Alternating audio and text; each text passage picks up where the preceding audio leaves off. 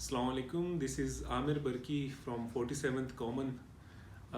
अच्छा recently lots of aspirants के मुझे मैसेजेस आ रहे थे to share my journey with them since 2021 का जो एग्ज़ाम है CSS का वो तकरीबन बस 4-5 दिन ही उसमें रह गए हुए हैं. So I will be sharing a few things which are very important जो कि आपको अपने जहन में रखने हैं specially before entering the examination hall, क्योंकि आई ब्रिंग अलॉन्ग दिस अल्हम्दुलिल्लाह successful experience of both CSS and PMS. So a few things very important. उसमें से जो चंद बातें अगर मैं आप लोगों के साथ शेयर करूं, ख़ास करके फिर वो एस्पायरेंट्स जो पहली दफ़ा फर्स्ट टाइम अपीयर हो रहे हैं उनके लिए काफ़ी इंपॉर्टेंट है कि वो अपने जहन में रखें इन बातों को. पहली चीज़ कि जब आप एग्जामिनेशन हॉल में इंटर होते हैं, देखें एक चीज़ बड़ी ऑब्वियस है और वो बड़ी कॉमन होती है तमाम एस्पायरेंट्स में, और वो क्या है, और वो ये है कि सबको लगता है कि हमारी प्रिपरेशन नहीं है.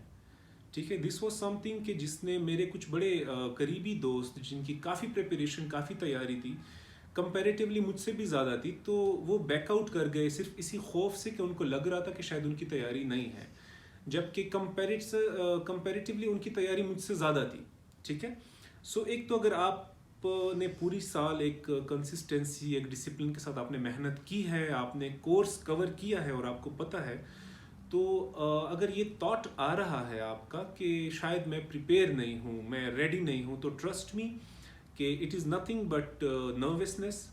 ठीक है, ये फियर ऑफ अपियरिंग और टेकिंग एन एग्ज़ाम है और ये सब में कॉमन है. ठीक है, तो उस चीज़ को हावी मत होने दे अनलेस और अनटिल यू आर श्योर कि आपने 2-3 सब्जेक्ट्स कवर नहीं किए और आपने सही से मेहनत नहीं की, आपने पढ़ाई नहीं की, आपने राइटिंग पे काम नहीं किया, तो वो एक अलग बात हो जाती है. ठीक है, सो ये पहली चीज़ है जो हम सब शेयर करते हैं कॉमनली.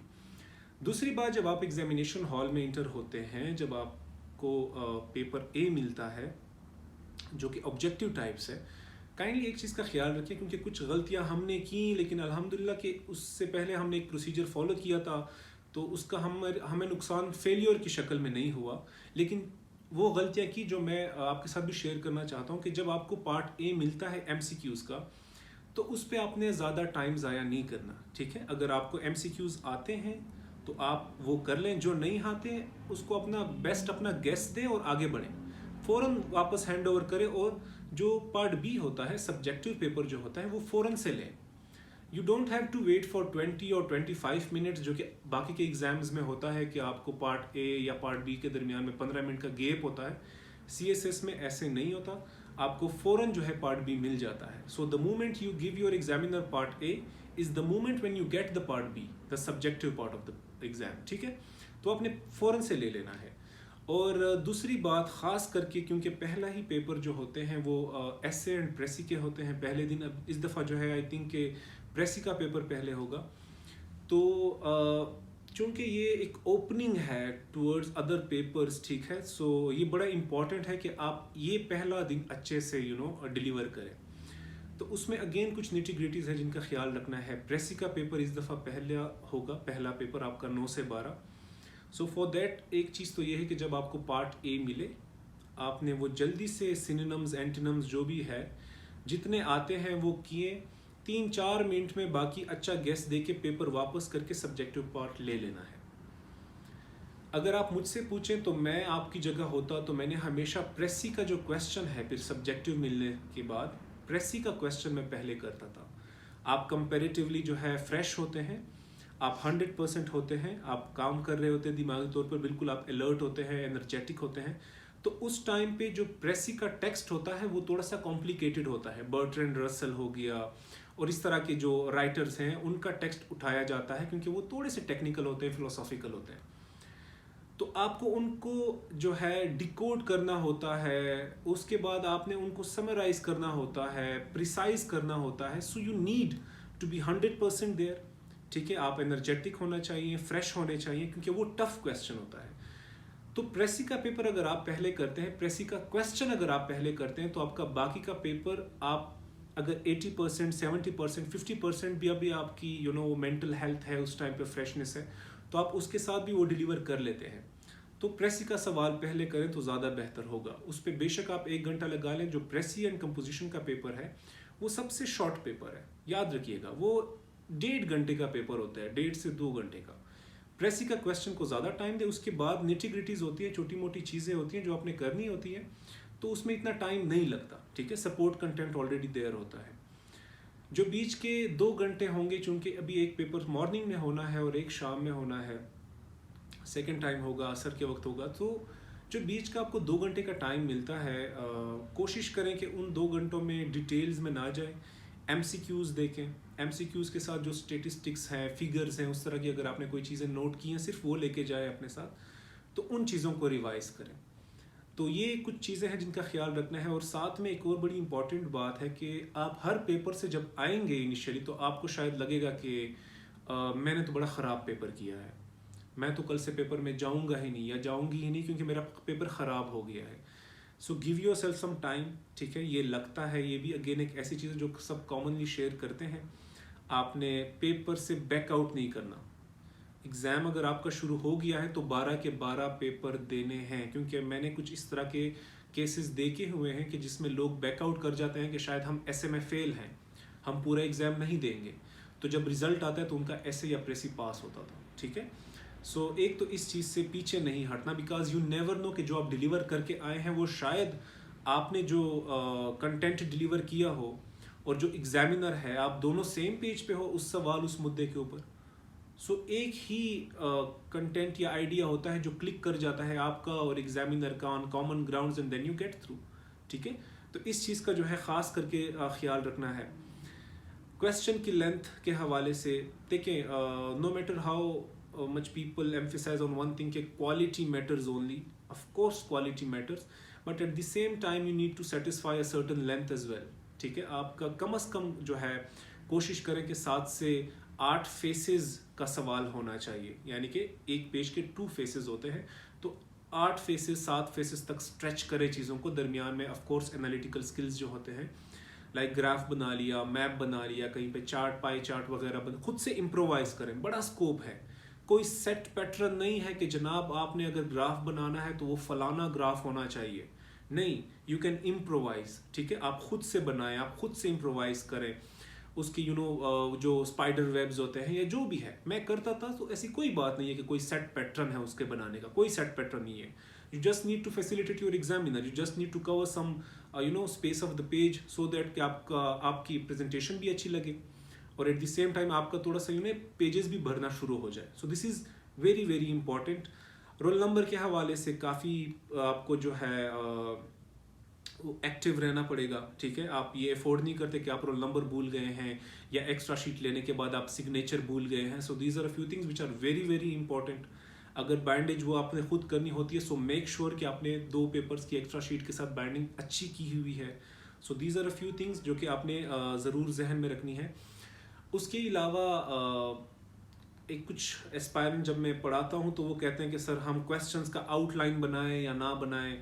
आउटलाइन बनाएं अगर आपने उस पर प्रैक्टिस की हुई है, लेकिन अगर प्रैक्टिस नहीं है आपको आउटलाइन बनाने की, ऑब्जेक्टिव मैं ऑप्शनल्स की बात कर रहा हूँ, तो काइंडली आउटलाइंस ना बनाया करें क्वेश्चंस के लिए, क्योंकि उनको जस्टिफाई करना बड़ा मुश्किल हो जाता है। आउटलाइन बनाना बड़ा इजी है, लेकिन उसको फिर जस्टिफाई करना बड़ा मुश्किल हो जाता है। एक पेज का आउटलाइन मीन्स कि आपने फिर उस पर तकरीबन 8-9 फेसेस लिखने हैं, ठीक है। तो अगर आपका एक पेज है और पीछे 4 फेसेस हैं तो वो सारी चीज़ें ख़राब हो जाएंगी। सो उससे बेहतर है मेन आर्गूमेंट अपना लिखें, बॉडी का आर्गूमेंट लिखें और उसके बाद उसको कंक्लूड करें, अगर तो सब हेडिंग्स इन्वॉल्व नहीं हैं। अगर किसी क्वेश्चन में ज़्यादा हेडिंग्स इन्वॉल्व हैं तो हेडिंग्स से ज़्यादा बेहतर है कि आप पॉइंटर्स लिखें, क्योंकि हेडिंग का मतलब है कि आप मार्कर से उसकी हेडिंग लिखेंगे, फिर एक हेडिंग को एटलीस्ट 5 से 7 लाइनों का पैराग्राफ भी आपने देना ही होता है, जस्टिफाई करना होता है। सो इंस्टेड ऑफ दैट आप सिर्फ पॉइंटर्स लिख लें, किसी और कलर पेन से, ब्लैक से बेशक लिख लें, पॉइंटर्स लिखना शुरू करें। That is again something which is a smart approach, कि टाइम भी मैनेज हो गया, चीज़ भी डिलीवर हो गई, प्रेजेंटेशन भी यूनिक हो गई। So these are a few things that you need to keep in mind.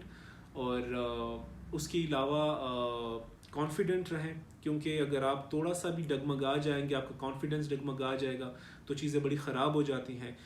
हर बंदे का एक अपना टेम्परामेंट है 3 घंटे का। So you need to know कि आपका 3 घंटे का टेम्परामेंट क्या है।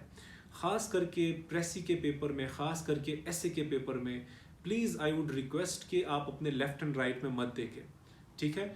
क्योंकि मुझे याद है जब मैं अपना CSS का ऐसे कर रहा था, जब मैं PMS का ऐसे कर रहा था, तो मैं तीसरे स्टेटमेंट डिलीवर करता हूँ, तो मैं तीसरे स्टेटमेंट पे थोड़ा टाइम लगाता हूँ, मैं 15 से 20 मिनट लगा लेता हूँ तीसरे स्टेटमेंट पे। तो इस तरह हुआ कि जब मैंने थोड़ा सा राइट में देखा तो जो आसपास बैठे हुए थे तो उन्होंने तकरीबन आउटलाइन भी बना ली थी उस टाइम में। सो ये होता है, ठीक है। आप लोगों ने उनको नहीं देखना, आपने पैनिक नहीं होना, क्योंकि मुझे मेरे टाइम का पता था कि यार मैं 1 घंटा 15 मिनट में आउटलाइन डिलीवर करूंगा और उसके बाद मैं लिखूंगा।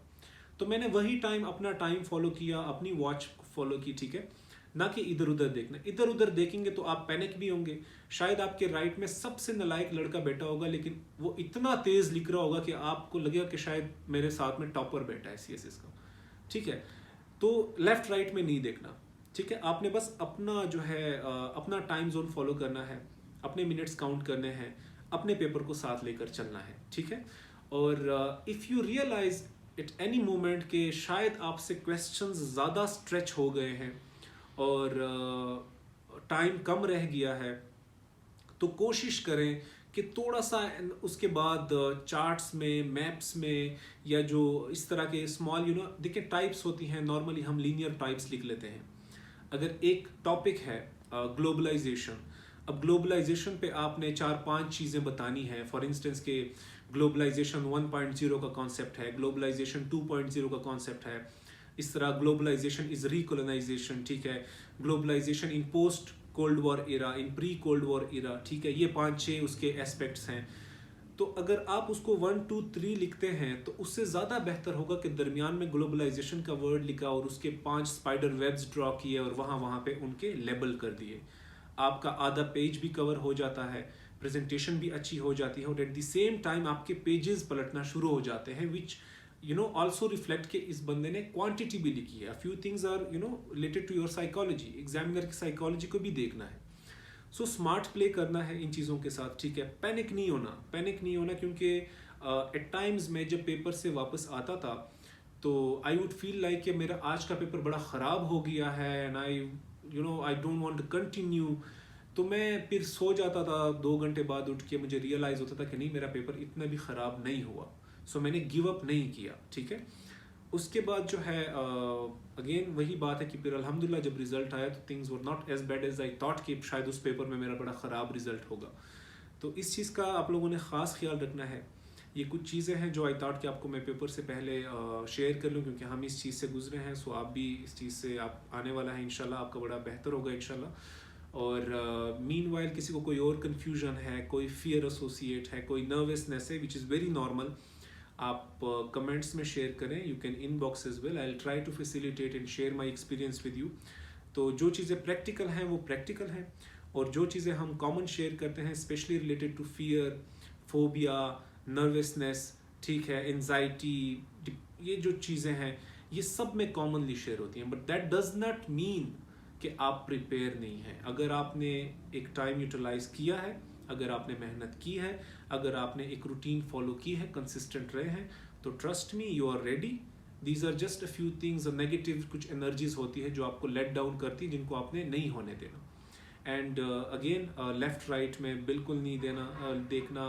कोशिश करें कि जब आप पेपर डिलीवर करें तो डिस्कस ना करें। मैं डिस्कस नहीं किया करता था, ठीक है, क्योंकि शायद एक ऐसा स्टूडेंट जिसने कोई तैयारी नहीं की होगी, उसने बस MCQs अच्छे डिलीवर कर लिए होंगे और आपके MCQs शायद इतने अच्छे नहीं हुए होंगे, तो वो आपको बड़ा लेट डाउन कर देगा आपके साथ काउंट करवा के कि आपके तो इतने गलत है, मेरे इतने सही हैं।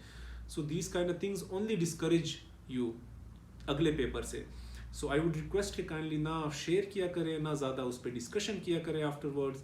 सो रिलैक्स रहें, कॉन्फिडेंट रहें, अल्लाह से दुआ करें, अपनी जितना हो सकता है अपने आप के ऊपर यकीन रखें, एतबार रखें, इंशाल्लाह काफ़ी बेहतर होगा। So my best wishes with you all, specially with the out weight family and aspirants in general. तो इंशाल्लाह बाकी जिस तरह की सपोर्ट हमसे अगर एक्सटेंड हो सकती है, let me know, I'll try to facilitate you people in every possible manner possible. Please अपना ख्याल रखिएगा बहुत सर, thank you.